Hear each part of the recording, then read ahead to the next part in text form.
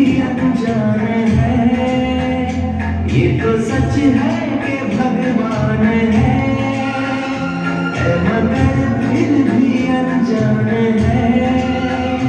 धरती पे रूप माँ बाप का उस विधाता की पहचान है, ये तो सच है कि भगवान है।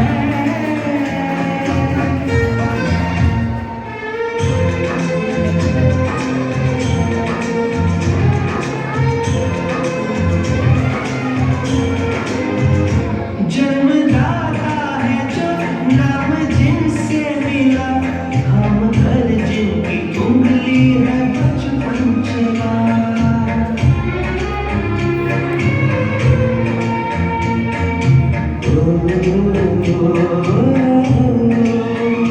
कान्हे पर बैठ के जिनके देखा जाना, ज्ञान जिनसे मिला, क्या बुरा क्या भला। इतने उपकार है क्या कहें, ये बताना ना आसान है। धरती पे रूप माँ बाप का उस विधाता की पहचान।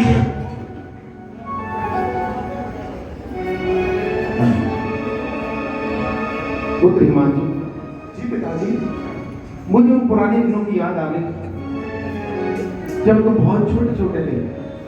लगभग 15 वर्ष पूर्व तुम्हारी माँ का देहांत हो गया था। पुत्र, चाहता तो मैं विवाह दोबारा करता, लेकिन मुझे डर था कि तुम्हारे पालन पोषण में कोई कमी न रह जाए। पुत्र देवा, मैंने अपनी ओर से कोशिश की कि तुम्हारे लाड़ प्यार में कोई कमी न रह जाए। मैंने दुनिया का हर वो सुख जो हर कोई नहीं भोग सकता, वो सदैव तुम्हें दिया है। जी पिताजी। पुत्र, आज मैंने अपनी पूरी जवानी खर्ची, करोड़ों रुपए की संपत्ति एकत्रित करी, इसलिए सब अपने उन 2 पुत्रों को, और ये दोनों पुत्र मेरे पुत्र नहीं, मेरी पूजाएं हैं। मैं इन पर नाज करता हूं। पिताजी, यह तो आपका आशीर्वाद स्वरूप है। पुत्र, ये संपत्ति एकत्रित करने का मेरा उद्देश्य ये नहीं था कि मैं नगर जेल चलाऊं, लेकिन मेरा उद्देश्य था कि मेरे बच्चे भविष्य में परेशान ना हो, उन्हें किसी समस्या का सामना न करना पड़े, कोई अभाव ना हो। पुत्र, तुम दोनों मेरे लिए पुत्र नहीं तो दीवार हो, दीवार। जी पिताजी, आपसे हमें माता और पिता दोनों का प्यार मिला है। आप तो हमारे भगवान स्वरूप है, भगवान स्वरूप। हिमांशु भैया, ये आपने 100% सच कहा है। पिताजी हमारे लिए भगवान स्वरूप ही है। ऐसा भगवान जैसा पिता हर किसी को मिले। ऐसे भगवान जैसे पिता को पाकर हम धन्य हैं। भैया, जब तक हम सुबह अपने पिताजी की चरण वंदना ना करते, तब तक पानी का एक घूंट भी गले से नीचे नहीं उतरता। बिल्कुल सही कहा देवान, तुमने ये बात बिल्कुल उचित कही। पुत्रों, मैं भी तुम दोनों को पाकर फूला नहीं समाता हूं। मुझे लगता है मैं इस नगर का नहीं, पूरे भारतवर्ष में एक सौभाग्यशाली व्यक्ति हूं जिसके पास तो ऐसे पुत्र हैं। अरे, इतिहास में तो एक श्रवण कुमार की कथा लिखी है, मेरे तो 2 श्रवण कुमार हैं। पिताजी, यह आपका आशीर्वाद है, यह आपके संस्कार है, इसके आगे कुछ भी नहीं है पिताजी। ये तो आपका उपकार है पिताजी, जो आप हमें श्रवण कुमार की तुलना कर रहे हैं। पुत्रों, यूं तो मेरी उम्र व्यापार करने की नहीं रही, लेकिन अचानक ही दूसरे नगर से खबर आई है और मुझे व्यापार के लिए जाना होगा। लगभग 2 दिन का समय उसमें लगेगा। 2 दिन का समय पिताजी, हम आपके बिना कैसे 2 दिन इस घर में रहेंगे पिताजी? पिताजी 2 दिन आपको भला ऐसा क्या काम आ गया जो आपको हम लोगों को छोड़ के दूर जाना पड़ रहा है? पिताजी हम लोग आपके बिना नहीं रह पाएंगे। आपके बिना ये घर हमें खाली खाली लगता है पिताजी, खाली खाली लगता है। पुत्रो, तुम्हें क्या लगता है कि तुम्हें छोड़कर मैं वहां 2 रात आराम से सो सकता हूं? नहीं। अरे तुम तो मेरे रात्रि को चांद की तरह हो, जिसे देख के बगैर मुझे नींद कहां आएगी। पुत्रो, तुम्हारे बगैर तो मुझे भी अपने जीवन में सूना लगता है, लेकिन क्या करूं, व्यापार में जाना पड़ता है। और अभी तो मेरा मन है कि तुम्हारे लिए करोड़ों रुपए के साथ और भी अधिक संपत्ति एकत्रित करूं, ताकि तुम ही नहीं, तुम्हारे आने वाले जो बच्चे होंगे उन्हें भी कभी किसी समस्या का सामना न करना पड़े। पुत्रों, तुम तो मेरे वीर पुत्र हो। हिमांशु। जी पिताजी। मैं व्यापार के लिए दूसरे नगर जा रहा हूं। जी पिताजी। देखो, ये तुम्हारा छोटा भाई देवांग, इसका तुम्हें एक पिता की तरह ध्यान रखना है। अवश्य पिताजी, आप बिल्कुल भी चिंता ना करें। मैं अपने छोटे भाई देवांग का और इस घर का पूरा ख्याल रखूंगा। हिमांशु, मुझे तुमसे यही उम्मीद थी कि तुम अपने पिता की गैरहाजिरी में पिता का ही रोल अदा करोगे। और बेटा देवांग। जी पिताजी। तुम भी अपने बड़े भाई को परेशान नहीं करना। बिल्कुल पिताजी। पिताजी, आप 2 दिन के लिए दूर जा तो रही हैं, मगर अपना ख्याल रखिएगा पिताजी। पुत्र, दूरी तो मैं भी बर्दाश्त नहीं कर सकता, लेकिन क्या करूं, समय की जरूरत है, मुझे जानना होगा। परेशान ना हो, 2 दिन बाद शीघ्र लौट कर आऊंगा, फिर हमारा वही परिवार हंसता खेलता है। पिताजी शीघ्र वापिस आइए, शीघ्र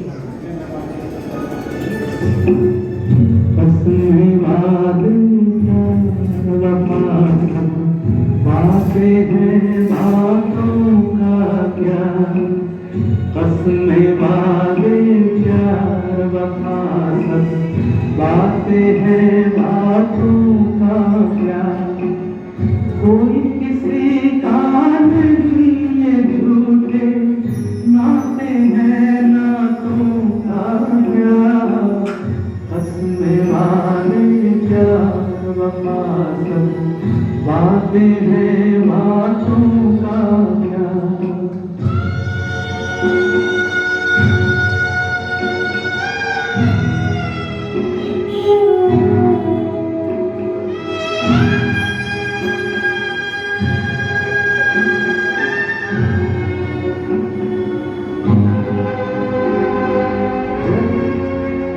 परंतु मैंने आपको पहचाना नहीं। पहचानोगे कैसे भैया? कहां तुम सन्यासी और कहां इस नगर का सेठ? तुम्हारा और मेरा तो कहीं मेल भी नहीं खाता। ये बात तो बिल्कुल सत्य कह रहे हैं, परंतु फिर भी अपना परिचय तो दो भाई। भैया जी, मैं किसी परिचय का मोहताज नहीं हूं। मेरा नाम कमल जैन है। और भैया जी, मैं इस नगर का बहुत बड़ा सेठ हूं। भैया जी, इस नगर ही नहीं, अभी तो आसपास के नगरों में भी मेरा मान है, सम्मान है। भैया जी, और क्या परिचय चाहते हैं आप मेरा? बहुत अच्छी बात है कि आप इस नगर के सेठ हैं। भैया जी, आप सब सवाल मुझसे ही करने हैं। आप अपना परिचय भी तो दें। आप कौन हैं, कहां से हैं? अपना परिचय दें। सेठ जी, मेरा नाम बाल ब्रह्मचारी शोभित है और मैं मंडावरा मध्य प्रदेश से आया हूँ। और आचार्य विनिश्चय सागर जी महाराज के संघस्थ हूँ और यहाँ दिल्ली नगर में एक विधान कराने के लिए आया हूँ। ये तो बहुत अच्छी बात है। परिचय परिचय तो आपने बहुत लंबा जोड़ा दिया है। भैया जी, अगर आप आचार्य श्री के संगत हैं तो फिर तो विद्वान भी होंगे। इसमें कोई शक है क्या आपको? शक नहीं है, लेकिन मेरे मन में कुछ जिज्ञासा है भैया जी। जिज्ञासा? अरे जिज्ञासा का समाधान करना ही तो हमारा काम है। पूछिए, क्या पूछना है? भैया जी, मन में कुछ विचार चलते रहते हैं। जिन विचारों को जिज्ञासा का रूप देना आसान नहीं था, लेकिन आज मन था कि आपसे कोई जिज्ञासा का समाधान करो। क्या आप मेरी जिज्ञासा का समाधान करेंगे? बिल्कुल, आप निसंकोच होकर पूछिए जो पूछना है।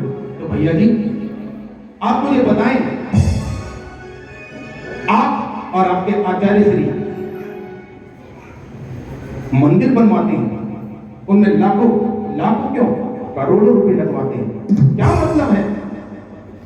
भैया जी, मंदिर ही क्यों, साधुओं के चतुर्मास होते हैं, उनमें लाखों रुपए लगते हैं, लाखों क्यों करोड़ों लगते हैं, क्या औचित्य है इसका? भैया जी, और मंदिर बनवाकर आप प्रतिमाएं प्रतिष्ठित कराते हैं, उस पंचकल्याण प्रतिष्ठा में भैया जी अथाह पैसा बहता है, क्या मतलब है?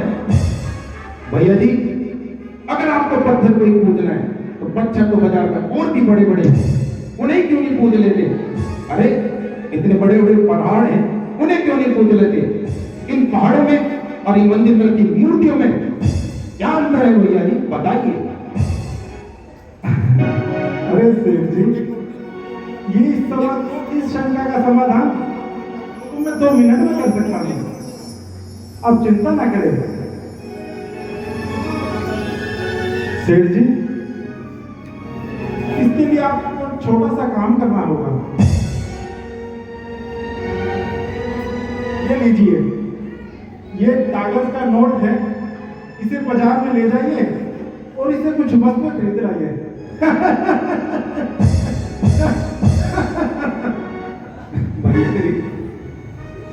क्या मूर्खता वाली बातें करते हैं? इस कागज के टुकड़े में क्या कुछ आ सकता है? मुझे तो लगता था आप समझदार हैं, लेकिन ये तो मूर्खता वाली बात है। इस कागज के टुकड़े से तो कुछ भी नहीं आ सकता। क्यों? क्यों नहीं आ सकता? इस कागज के टुकड़े से क्यों नहीं आ सकता? भैया जी, आप सन्यासी हैं, हो सकता है आपके यहाँ ऐसा हो सकता हो, लेकिन हम संसारी लोग हैं, हमारे यहाँ तो ये नोट चला करता है। देखिए, इस नोट से आप संसार की किसी भी वस्तु को खरीद सकते हैं। अच्छा, लेकिन सेठ जी, इस नोट में और मेरे इस नोट में क्या अंतर है? भैया जी, कागज के ही बने हैं। भैया जी, कागज के तो बने हैं, लेकिन बहुत फर्क है। आप चले हमें गौर से देखिए। देखिए भैया जी, बताइए क्या फर्क है? क्या क्या आपको इसमें गांधी जी की तस्वीर नहीं नजर आती? आती है, तो उससे क्या होता है? अरे इससे क्या होता है भैया जी? इसमें रिजर्व बैंक के गवर्नर के साइन है। अच्छा, होने दो, उससे क्या होता है? अरे भैया जी, ये भारत सरकार द्वारा मान्यता प्राप्त नोट है। अच्छा, तो फिर क्या हुआ? भैया जी, ये हमारे देश की मुद्रा है और इससे हम अपने देश में कोई भी क्रय और विक्रय कर सकते हैं। अच्छा लाला जी, यही तो मैं आपको समझाना चाहता था कि इस कागज के टुकड़े में और इस कागज के टुकड़े में कितना फर्क है। इस कागज के टुकड़े पे जो आपके गांधी जी की फोटो है ना, वो हमारे उस मंदिर की पत्थर की मूर्ति में अंकित चिन्ह है। अच्छा, उससे क्या होता है? और जो आपके नोट पर रिजर्व बैंक के गवर्नर के हस्ताक्षर है, वो हमारे उस मंदिर के पत्थर की मूर्ति पर हमारे दिगंबर मुनि महाराज द्वारा सूर्य मंत्र देने के पश्चात हस्ताक्षर किए जाते हैं। ओह, ये कौन सी बड़ी बात है? और आप तो इस नोट की बात करते हैं, ये नोट तो सिर्फ यहीं पर चलेगा, इससे आप संसार की वस्तु खरीद सकते हैं, लेकिन उस पत्थर की मूर्ति की पूजा करके आप अमूल्य निधि मोक्ष को प्राप्त कर सकते हैं। चलो भैया जी, मान लेता हूँ मैं आपकी ये बात, लेकिन कहाँ से मान्यता प्राप्त है वो ये भी बता दीजिए। अरे आपका नोट तो सिर्फ पूरे भारत में ही मान्यता प्राप्त है, लेकिन ये पत्थर की मूर्ति तो तीनों लोगों में आगम के अनुरूप मान्यता प्राप्त है। और यही फर्क है सेठ जी, बाजार के पत्थर में, रहा पड़े पत्थर में और मंदिर में विराजमान पत्थर की मूर्त में, यही सबसे बड़ा फर्क है। भैया जी, मुझे तो आपकी इधर की उधर की बातें समझ नहीं आई। आपने तो ऐसा करा, कहीं का ईट कहीं का रोड़ा, भानुमति ने फुल बांट दिया। भैया जी, आप कहते हैं तो आपको विद्वान मानकर मैं आपकी बात मान लेता हूं, लेकिन नहीं, अभी मेरी शंका का समाधान पूरा नहीं हुआ। आप कहें तो मैं आगे और कुछ कहूं आपको। हाँ हाँ, जो जिज्ञासा है पूछे। भैया जी, आपने पत्थर का फर्क तो मुझे बता दिया, लेकिन आप बताएं, क्या आप करोड़ों रुपए के मंदिर बनाकर उसमें बड़ी बड़ी वेदियां बनवाते हैं, भव्यता के साथ उसमें भगवान को बैठाते हैं, क्या आपको भगवान कहता है ये? अरे सेठ जी, भगवान के लिए तो कुछ भी कर सकता है कोई। भगवान के लिए भव्य मंदिर क्या, कुछ भी बना सकता है। अरे भैया जी, आप तो अनायास अपना पक्ष रख रहे हैं, जो मैं कह रहा हूं उस बात को समझिए। क्या ये पैसा हम अस्पतालों में, मंदिरों की जगह शिक्षा संस्थानों में गरीबों पर खर्च नहीं कर सकते? आप तो मुझे इस पैसे का इस तरह से बता रहे हैं जैसे सारा पैसा यही लगाकर सदुपयोग होता।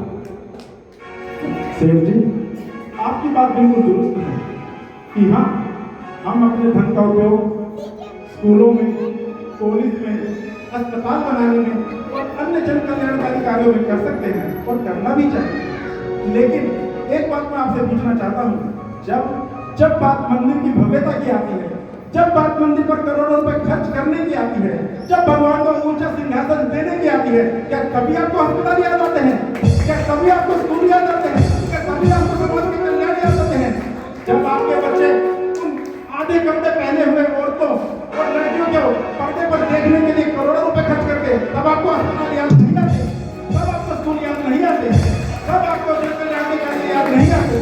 जब हमारे बच्चे डिस्को में जाते हैं, पब में जाते हैं, विदेशों में घूमने के लिए जाते हैं, करोड़ों रुपए खर्चते हैं, तब आपको मंदिर नजर नहीं आते, तब आपको नजर आ रहे हैं अस्पताल।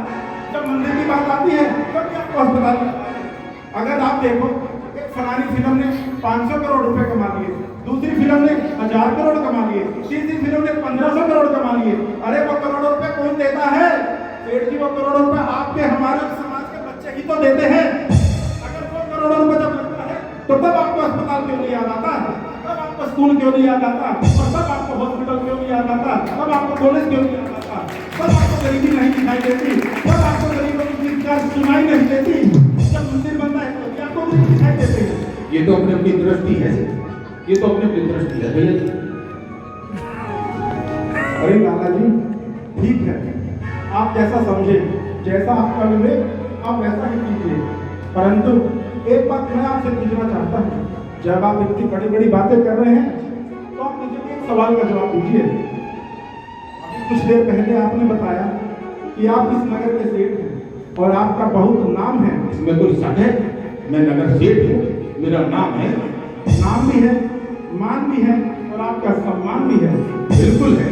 तो आप मुझे एक बात बताइए, आपने आज तक कितना दान दिया है मंदिरों में? दान? दान की बात करते हैं। दान? दान क्या होता है? अरे दान में फालतू का खर्च है, मैं तो इसे फालतू का खर्च मानता हूँ। और हमारे नगर में वैसे भी दान देने के लिए बहुत सारे सेठ हैं, वो समय समय पर बहुत दान देते हैं, लेकिन मैं तो उन्हें मूर्ख मानता हूँ। वो मूर्ख है जो इतना दान देते हैं। मूर्ख वो नहीं, मूर्ख आप हैं सेठ जी। आप, अगर आपके पास इतने सक्षम हैं, अगर आपके पास इतना धन है तो आपको दान देना चाहिए। अगर आप अपने शारीरिक जीवन में इस दान का, इस धन का उपयोग करते हैं तो फिर आप क्या करेंगे? आप तो ऐसे ही अपने धन को बर्बाद किए जा रहे हैं। असली दान, साथ श्रावक का सबसे बड़ा कर्तव्य दान का होता है। श्रावक के दो ही कर्तव्य बताए गए हैं सेठ जी, एक पूजन और दूसरा दान। क्या होता है दान और पूजन, बताएं आप। अरे सेठ जी, दान के माध्यम से ही आप अपना परलोक सुधार सकते हैं, अपने जीवन को धन्य बना सकते हैं। पुण्य कमाने का सबसे सरल तरीका है दान। अगर आप दान देंगे तो आप पुण्य की कमाई कर सकते हैं, आप सच्ची कमाई कर सकते हैं, आप सच्ची कमाई कर सकते हैं। सच्ची कमाई, सच्ची कमाई। भैया जी, आप सच्ची कमाई के बारे में क्या जानते हैं? आपने तो अपना परिवार त्याग कर संन्यास धारण कर लिया है। परिवार का जो मुझसे पूछे, ये होती है सच्ची कमाई। मेरे परिवार में एक नहीं दो पुत्र हैं, वो है मेरी सच्ची कमाई। मेरे पुत्र इतने आज्ञाकारी हैं कि सुबह उठकर जब तक मेरी चरण वंदना न कर लें, जल का कण भी नहीं लेते। और सुनिए भैया जी, पुत्र, मैं उन्हें पुत्र कह रहा हूं, लेकिन पुत्र की संज्ञा देना बहुत कम है। अरे वो तो स्वर्ण कुमार है, श्रवण कुमार। अब भैया जी, आप जो बात करते हैं ना सच्ची कमाई, सच्ची कमाई तो आदमी के दो पुत्र हैं, अगर उनके पुत्रों का उनका साथ है तो किस बात की सच्ची कमाई? वो भविष्य में मेरे काम आने वाले हैं। सेठ जी, यही आपकी सबसे बड़ी भूल है। जिसको आप सच्ची कमाई कहते हैं ना, उनकी बुनियाद सिर्फ और सिर्फ स्वार्थ पर टिकी हुई है। आज के जमाने में कोई भी ऐसा रिश्ता नाता नहीं है जो स्वार्थ पर आधारित न हो।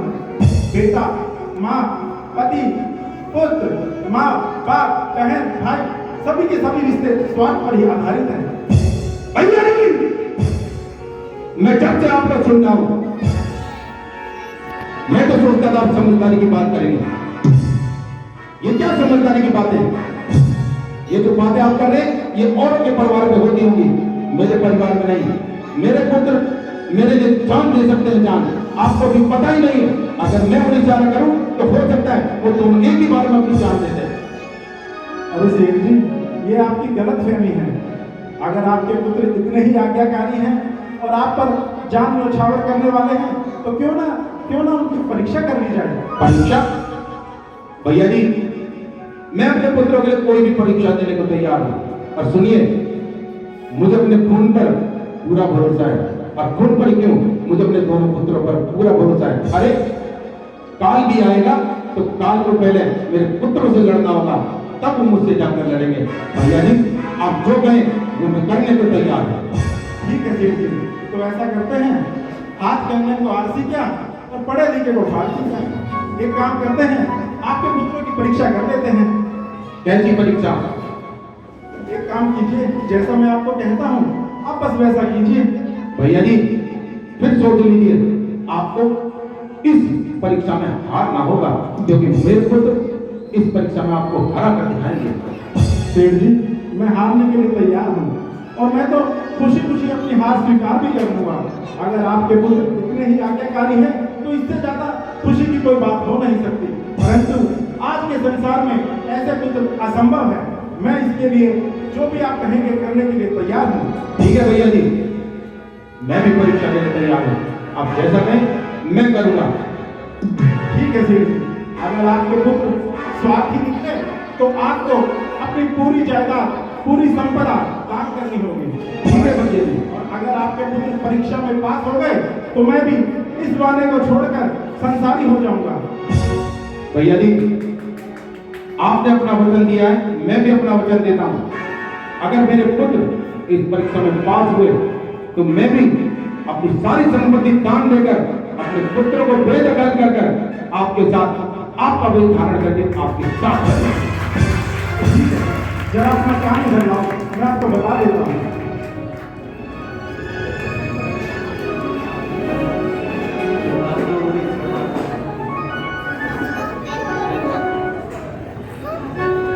आगे आप समझ? ठीक है भैया जी। तो आप एक काम कीजिए, आप मेरा नंबर ले लीजिए और जैसे ही आप मुझे फोन करेंगे ना तो मैं तुरंत आ जाऊंगा। ठीक है भैया जी। जैसा मैंने कहा कि बिल्कुल वैसा ही करना।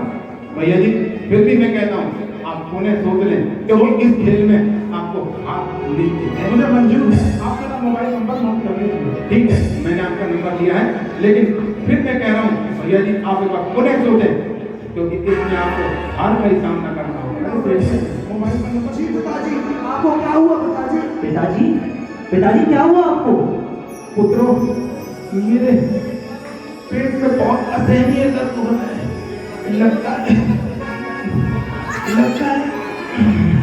लगता है मेरी जान ले लेगा इधर। पिताजी ऐसी अशुभ बातें अपने मुंह से कृपया करके ना निकालिए। हाँ, पिताजी, हम आपके लिए आपके ढाल बन के आपके आगे आएंगे। पुत्रों, इतना तो मुझे विश्वास है कि अगर काल भी आएगा तो मेरे पुत्र समान जो दो दीवारें हैं उनसे टकराना होगा, उनसे टकराना होगा। दर्द? कैसा दर्द पिताजी? आप तो 2 दिन के लिए व्यापार के लिए बाहर गए थे और आपको दर्द कैसे हो रहा है पिताजी? पुत्र, रास्ते में अचानक मेरा स्वास्थ्य बिगड़ने लगा और मुझे लगने लगा कि मैं अपनी मंजिल तक नहीं पहुंच पाऊंगा। पिताजी, आप चिंता मत करिए पिताजी, हम आपका इलाज करवाएंगे। जी पिताजी। अगर बड़े से बड़े डॉक्टर को भी बुलाना पड़े तो हम आपका इलाज कराएंगे। बेटे, पुत्र, पुत्र, पता नहीं क्यों मुझे ऐसा लग रहा है मेरा अंतिम समय है। पिताजी, पिताजी ऐसी बातें मत पिताजी आप ऐसी बातें कृपया करके अपने मुंह से ना निकालिए। आपके लिए हम अपनी जान भी दे देंगे पिताजी, हम अपनी जान भी दे देंगे। पुत्र, पुत्र, इसमें तो मुझे संदेह ही नहीं है। तुम मेरे लिए जान भी दे सकते हो। हिमांशु पुत्र। जी पिताजी। ये लो मेरे मोबाइल निकालो मेरे ऊपर की जेब से। जी पिताजी। इसमें डॉक्टर शोभित का नंबर है। जी पिताजी। और मेरे बहुत अच्छे परिचित हैं।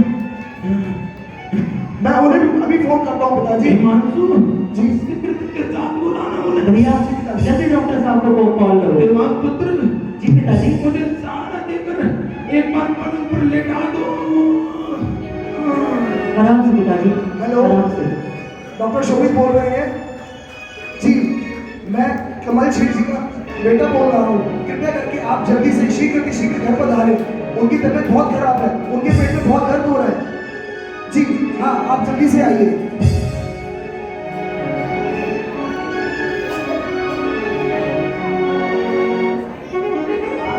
आ गए डॉक्टर साहब।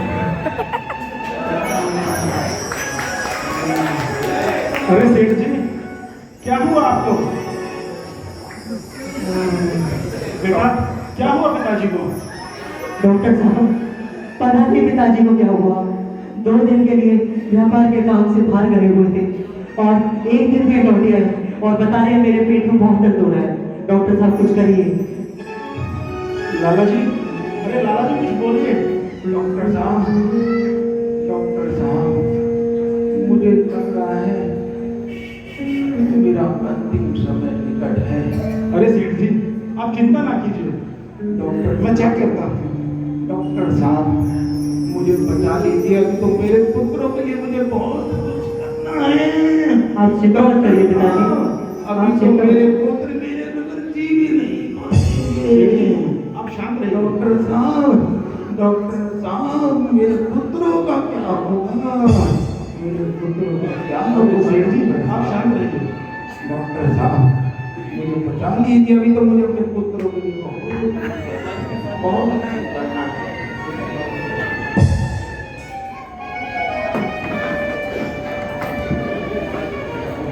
अरे बेटा, बेटा, जरा अपनी बात सुनो। जरा इधर। बेटा, जी डॉक्टर साहब। तुम्हारे पिताजी का लीवर बिल्कुल डैमेज हो गया है। क्या? क्या? ये क्या कह रहे हैं आप? हाँ, मैं बिल्कुल सच कह रहा हूँ। इनका लीवर बहुत दिनों से खराब था क्योंकि इन्होंने शायद ये बात आपको नहीं बताई, लेकिन अब ऐसी स्टेज आ गई है कि इनका ज्यादा समय तक जिंदा रहना मुश्किल है। डॉक्टर साहब, आप हमें बताइए हमें क्या करना होगा पिताजी के इलाज के लिए। इसका इसका केवल एक ही इलाज है। क्या इलाज है डॉक्टर साहब? कृपया करके जल्दी बताइए। बेटा, इसके लिए इनका लीवर ट्रांसप्लांट करना होगा। ट्रांसप्लांट? और उसके लिए कम से कम 40 से 50 लाख रुपए का खर्चा भी आएगा। 40-50 लाख? और उसके अलावा आप दोनों बेटों में से किसी को अपना लीवर भी उनको डोनेट करना पड़ेगा। लीवर डोनेट करना पड़ेगा? हाँ, तभी इनकी जान बच सकती है। ठीक है डॉक्टर साहब, हम दोनों भाई जरा विचार विमर्श करते हैं, फिर आपको बताते हैं। ठीक है, बता दीजिए। भैया हाँ देवा, 40-50 लाख और लीवर डोनेट करना पड़ेगा, मेरे से नहीं होगा। देवा ये तो मैं भी नहीं कर पाऊंगा, लेकिन इसके लिए कुछ ना कुछ तो सोचना पड़ेगा। भैया आप बड़े हैं और पिताजी सबसे अधिक प्रेम आपको ही करते हैं, तो लीवर तो डोनेट आप ही करेंगे। अरे भाई ये क्या बात कह रहे हो तुम? अभी तो मेरी शादी भी नहीं हुई। शादी? भैया मैंने तो अभी तक ठीक से दुनिया भी नहीं देखी है। तो भाई इसके लिए कोई ना कोई उपाय तो सोचना पड़ेगा फिर। भैया 40-50 लाख पिताजी पर लगाना मुझे थोड़ा व्यर्थ लगता है, क्योंकि पिताजी की अब ज्यादा उम्र भी नहीं है। उनका 40-50 लाख तो क्या, इन पर 4-5 लाख भी लगाना मेरे को ठीक नहीं लगता। ये बात तो तुम सही कह रहे हो देवा, हाँ, लेकिन कोई ना कोई उपाय तो सोचते हैं। भैया क्या उपाय है? आपके दिमाग में क्या चल रहा है? मेरे को कोई एक आइडिया तो आया है, मैं तुम्हें बताता हूँ, जरा इधर आओ। ऐसा करते हैं, ये जो डॉक्टर साहब है ना, इनसे ही कह के इनका लीवर मांग लेते हैं। वो लीवर देंगे? कहने में क्या जा रहा है, 1-2 लाख में डॉक्टर मान जाएगा। हाँ चलो भैया एक बार पूछ लेते हैं, अगर 1-2 लाख बच के पिताजी की जान अगर 4-5 साल में बच रही है तो क्या बुरी है, सिर्फ उनसे अपनी वसीयत पे सिग्नेचर करवा लेंगे। बिल्कुल सही कहा तुमने देवा, आओ चलो डॉक्टर साहब से बात करते हैं। डॉक्टर साहब हाँ बेटा। आप 1 मिनट बाहर आएंगे? हाँ हाँ बोलो। डॉक्टर साहब लीवर का इंतजाम हो चुका है। अरे अच्छा, ये तो बहुत अच्छी बात है। कौन देगा? आप में से कौन देगा लीवर? कौन मर जाएगा? आप देंगे? तुमने कॉल फोन कर बड़ा किया था। अरे ये तो समय रहते, अगर मुझे भैया जी सचेत ना करते तो मेरी तो आंखों पे पट्टी बंधी रहती। उन्होंने पहले ही कहा था ये रिश्ते स्वार्थ के हैं। अरे लेकिन मुझे तो गुमान था कि मेरे 2 पुत्र, एक नहीं 2 तो श्रवण कुमार है। कैसे श्रवण कुमार है ये? क्या इसी दिन के लिए मैंने तुम्हें पाला पोसा था? इसी दिन के लिए करोड़ों रुपए की संपत्ति तुम्हारे लिए जोड़ी थी? पुत्रों, अगर यही इतनी कमाई के बाद और इतने समय के बाद अगर बुढ़ापे में तुम हट्टे 2 पुत्रों का ऐसे साथ छूटे तो उस पिता को क्या दर्द होता होगा? उस पिता का दर्द तुम नहीं समझ पाओगे। पुत्रों, आज तुमने अपने पिता का असमय ऐसे ही साथ छोड़ दिया। क्या इस संपत्ति में है तुम्हारा कोई हिस्सा जो तुमने डॉक्टर से मना कर दिया है रुपया भी देने? अरे मैं तो दुनिया से कहता फिरता था, मेरे पुत्र मेरे लिए जान दे सकते हैं। क्या मुंह दिखाऊंगा मैं अपनी दुनिया में? क्या मुंह दिखाऊंगा? क्या कहूंगा? कैसे अपने घर से बाहर निकलूंगा? आज कोई दुनिया मुझे कहेगी, लाला बहुत चौड़े होके कहते थे ना, बहुत बड़े बात देखते थे ना, 2 पुत्र हैं, एक का ही है, 2 श्रवण कुमार। कहां है तुम्हारे वो 2 श्रवण कुमार? पुत्र, अगर मुझे पता होता कि एक दिन ऐसा आएगा कि तुम मेरी पीठ में छुरा घोंपोगे तो मैं इस संपत्ति छोड़ता नहीं। मैं इस संपत्ति को समय समय पर दान देता हूं ताकि भैया जी के कहे द्वारा मैं ऐसा पुण्य कमाता जो मुझे अगली पर्याय में काम आता। उन्होंने तो मुझे पहले ही सचेत किया था, लाला जी जिन पुत्रों पे आप नाच कर रहे हो, देखना एक दिन तुम्हें शमशान तक ले जाएंगे और तुम्हें जलाकर वहीं छोड़ देंगे। लाला जी रात भी शांत नहीं हो पाएगी तुम्हारी और तुम्हारी प्रॉपर्टी का विवाद शुरू हो जाएगा। अरे ये लाला जो अब तक मूर्खता में पल रहा था, भैया जी मैं तो आपके चरण वंदना करता हूं कि आपने मेरी समय रहते आंख खोल दी। बेटा लाला, मैंने कहा था ना कि आज के युग में सारे रिश्ते स्वार्थ पर ही आधारित होते हैं। कोई किसी का नहीं होता, सिर्फ किया हुआ काम, अपना किया हुआ धर्म वही अपने साथ जाएगा। तो लाला, अपनी परीक्षा याद है ना? भैया जी, मुझे परीक्षा भी याद है और वचन भी याद है, और मैं आपके सामने बहुत शर्मिंदा भी हूं। मैंने आपको बहुत बड़ी बड़ी डींगे हासिल की। ये है वो तो श्रवण कुमार, देखे ही नहीं, ये सब वो तो श्रवण कुमार। लाला जी, लाला जी को जिन पे नाज था।